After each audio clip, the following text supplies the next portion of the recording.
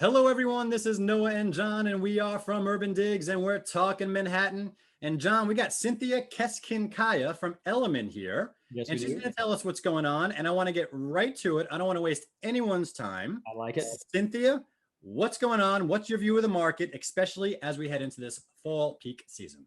Great. First of all, Noah and John, thank you for having me. I really appreciate it. The market is active. There's a lot of buyer activity. I'm actually seeing a good number of new buyers entering the market, and how that's going to translate into signed deals remains to be seen. Is it going to be in the very near future, in the next few months? But there is definitely activity. Buyers are out. So this is fine. This is great to hear. We don't usually start off a show like that with this kind of information, but you're on boots on the ground. So when you say activity, are you telling me buy side inquiries are up, buy side showings are up, you're starting to put bids in, that kind of thing? So I'm seeing both. On my listings, I have definitely seen an increase in activity showings. With my buyers, I'm getting new buyers, and they're really new to the market. A mix of first timers and people looking into the future retirement kind of apartment. You know, when I sell my house in Westchester, I'll have an apartment in New York, or when I stop working, keep my house and have an apartment. So I'm seeing both. That's very interesting, because I think a lot of the conversation sort of on the agent side has been sort of, as they frame this for sellers, a lot of it has been, all right, well, this is a great trade up market. You might lose a little bit on this one, but if you're buying up, you're going to get a lot more value. And I'm curious, are buyers coming from abroad or even in the market now, are they making that calculation on their own? Are they seeing the deals sort of in the larger apartments or the ones that want to trade up to on their own? Or is that, what are they thinking? The buyer, when you say buyers coming from abroad, do you mean the foreign market? I mean the near abroad. I mean like Westchester. Oh yeah, okay. Just wanted to make sure. Jersey. I'm not seeing. I am seeing. I've had a couple of different buyers that are Westchester, even the Hamptons. They have been living out there, semi-retired, semi-working from home, and they're thinking to sell their home. And this is really interesting. When I was having these conversations, I was really surprised. But they're thinking to sell their homes and looking at. I happen to have a larger apartment on the market. It's 3 bedrooms, and I'm getting such buyers coming to look at it because for them, they want to take advantage of the better pricing, and they're not necessarily looking forward to stay in the suburbs the rest of their life, driving, etc. And you know what? It's an interesting trade right now if you think Yeah. about it, because the suburb market is red hot. Yeah. The city market's kind of dismantled right now. Yeah. So if you kind of think ahead a little bit and you think about which housing markets are going to start to normalize and regress towards the mean, you would think that the hot markets might kind of bubble up and kind of fall over at some point. And meanwhile, the value markets start, catch up a little bit. It's really interesting. Cynthia, do me a favor. In the recent deals, have you had a couple of recent deals in the last few months? Okay. Yes, I'm very fortunate. They're hard to come by. Yeah, I want to tap your brain right there. People want to know about these deals. I'm a fly in the wall on these deals. Could you give me an idea of negotiability or discounts and where those deals have happened? Sure. I'm going to start from the older deals to the newer deals because there's an interesting pattern. On an older deal that we signed back in May, so the person had seen it before the shutdown. Right. A little bit over $1 million price range, and that went for full ask. Wow, in May. In May, I know and ironically, we tried to sell the apartment the year before and couldn't find the buyer. We ended up renting it. We just couldn't find the right buyer at the right price. Well, Okay. this is a very good example. So if I could dig into this for a second. So I'm curious, how much of this do you think was actually just really priced right? And how much do you think that it sort of just spoke to the pandemic influenced buyers who are looking for very specific things? In that case, I think it spoke to that buyer who was looking for that specific location and was starting a job, was graduated. had recently graduated and was starting a job, and that apartment spoke to this particular buyer, and they went for it. And I'm sure that she's going to enjoy it and live there for a long time and love it. And they were thrilled. What about the other two deals? These are examples, of course, but another deal that I had, we signed the deal in July, and that traded for the negotiation there was about 5.5% off the ask. Under $1 million? That was about $1.5 million asking. Okay, $1.5 million. And what about the third deal? The third deal, asking just under $1.5 million, and we ended up getting in the deal at about 12% discount. Okay.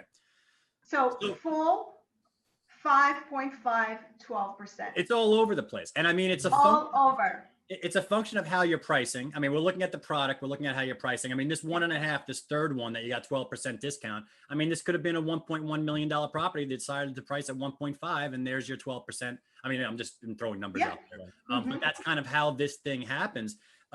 John, the numbers that we're seeing, all right, and there's not a lot of them.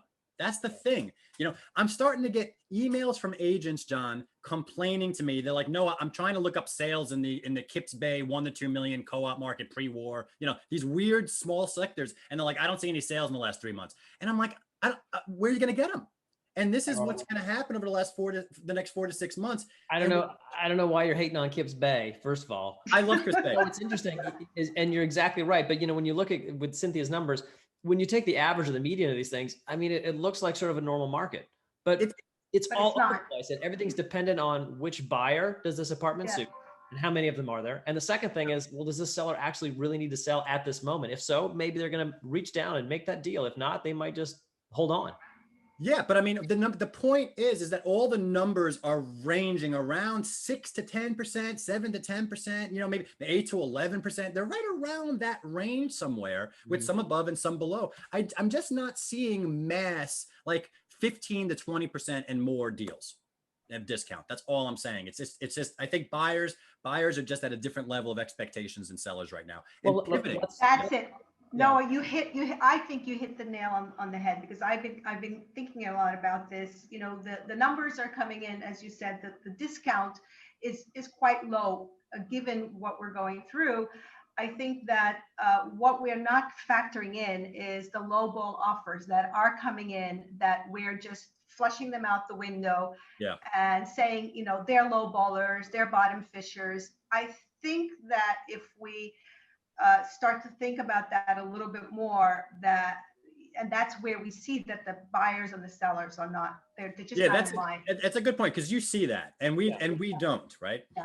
John, go ahead. But let me ask you this. So you get these low ball offers, you know, and just talking about the sell side now. You know, one of the questions we were thinking about asking is, how is the sell side? Is it getting antsy? And I guess I'd like to sort of tweak that question a little bit by saying, when you get a low ball offer as representing a seller, do you just instinctively sort of, it's a low ball seller, or are you engaging every single one at this point? Personally, I absolutely engage every single offer. The sellers, I mean, it's tough for them, because they're getting showings. The people are coming through the apartments. There's a pandemic. They're still showing the apartment. Buyers are coming in, and they get, you know, a low ball offer. And then what do you do with that? And their reaction, they're emotionally, they just want, of course, they get very antsy. But we have to nurture those offers and try to bring them up. And I think one way you can kind of see where the real bottom fishes are is they throw that offer and then they just walk away. Yeah. So if there's no engaging, there's nothing you can do. And that's really, in my opinion, that's how you know when you're dealing with a low baller. I always thought, you know, I'm not in the game, but I mean, John, we work the buy side. We've done a ton of deals in Manhattan real estate. So, you know, these brokers know us from doing transactions, and we were on the other side of the transaction. We were on the buy side when we were putting these in. And I always thought that when the sell side engaged us with a low ball and said, you know what, thank you very much for your offer. Your buyer is more than qualified. We do not have a response for you at this time. The response is no response from my seller. I always found, and I don't know what Cynthia, I don't know. I always found that our buyers actually reacted more aggressively in response to that. as a whole, looking back on it, like 12 years of doing business here, Yeah. that kind of irked the buyers. And it got them to kind of bid against themselves and say, you know, I thought it was a little, all right, let's go in a little higher and see what they say now. And we try to tell them, you know, you can do this piecemeal. We can go 12 steps until we get the deal. Right. Or you can just, you know, make a big leap up and we can say we're serious and we try to get, you know, as much of a negotiation as we can. But I don't know what you think about that. I think that and I think in any market, first of all, you should consider every offer seriously, and you should definitely engage with the other broker. And I mean, some brokers, I've called them, made offers, and they literally want to hang up the phone because you know, they say your buyer is not serious, your buyer is not real, and that's not always the case. I think that, you know, there are a good percentage of times from the low offers you can make a deal.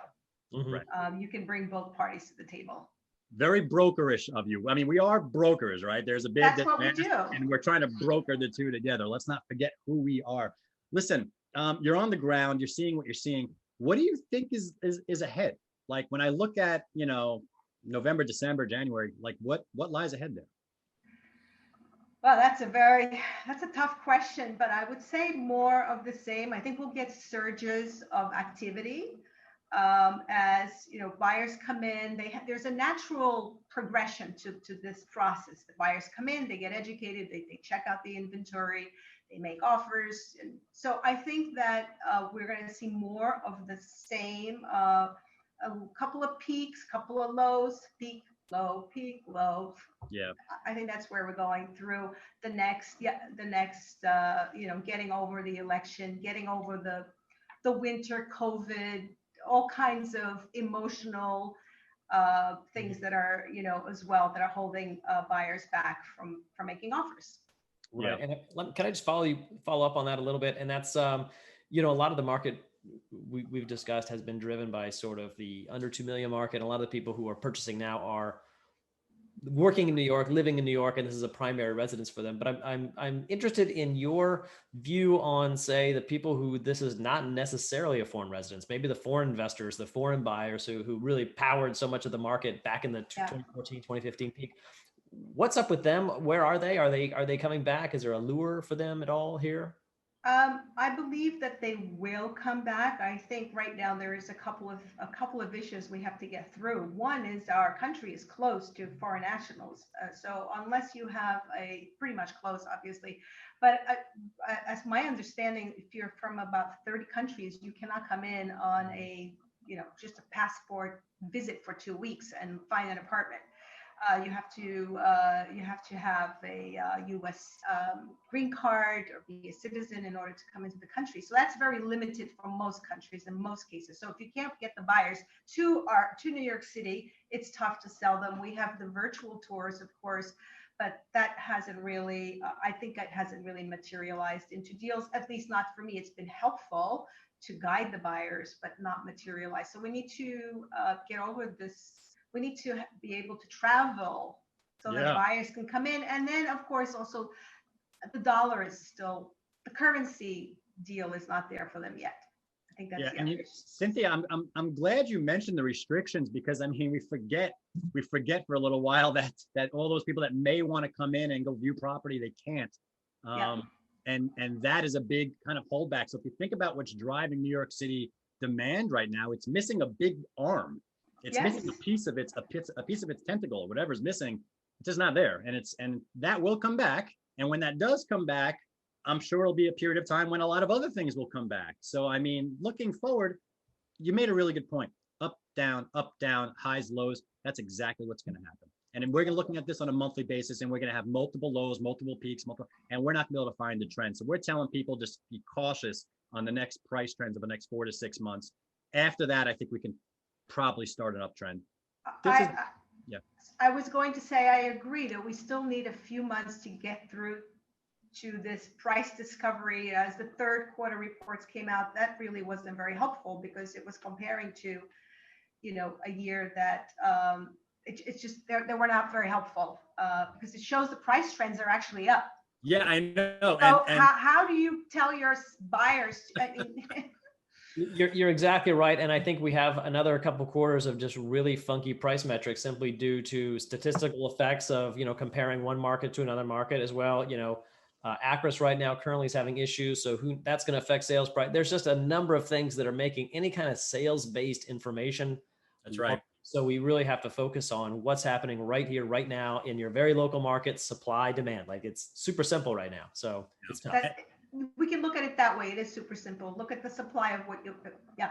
Yeah. And that's, and you make a good point. How do you tell clients what the hell's going on? You got these conflicting data sets, and it's data, it's pure data, but there are reasons for it. And John, we discussed it in our weekly report. You had that 2019 pull effect from the mansion tax that hurt Q3 last year. Very easy to beat. Here we are, price increases, not really the case in the streets. But so. I got to say, if you're an agent, like Cynthia, and you understand why the prices now are actually up compared to last year, that's gold, because it makes you look. That is gold.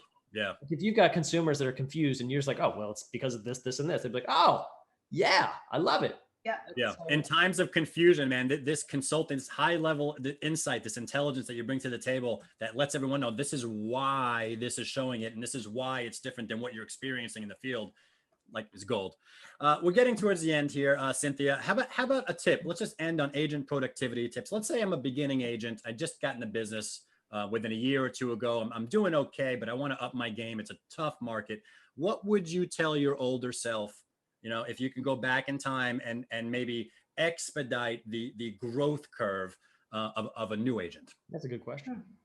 That's a good one. How to expedite? I don't think that there is a way you can fast forward learn this business, and I think that you just have to keep educating yourself, know your numbers, know the market, study your reports, and pick a neighborhood, and within that neighborhood, pick a few buildings on a sales side and just get really familiar with them and the trends going on. I think that's what I would advise. Right. But definitely know the market, study the market. Yeah. Build a base, farm a few buildings and build a base of activity there and branch out. Exactly. Right? Cool. Cynthia Keskinkaya, thank you so much from Elliman. That is John Walkup. I am Noah Rosenblatt. We are talking Manhattan from UrbanDigs, and we will catch you next time. Thank you, Cynthia. Thank you.